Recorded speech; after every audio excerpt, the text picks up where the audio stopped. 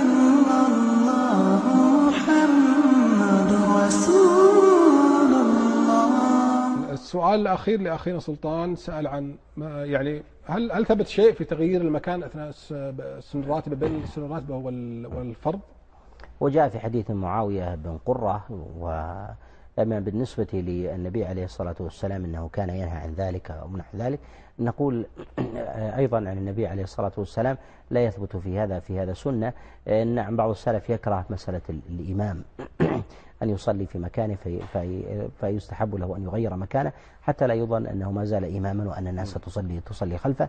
أما بالنسبة للإنسان إذا أراد أن يصلي في مكانه السنة التي أراد أن يصليها فهذا مما لا حرج فيه. ولهذا كان النبي عليه الصلاة والسلام يصلي الليل في موضع واحد، ولم يثبت أنه كان يغير مكانه بين كل ركعتين كما جاء في حديث عبد الله بن عباس وغيره.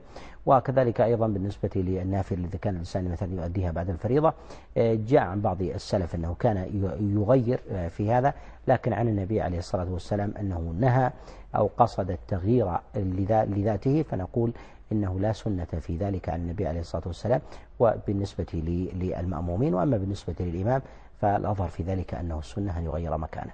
لا إله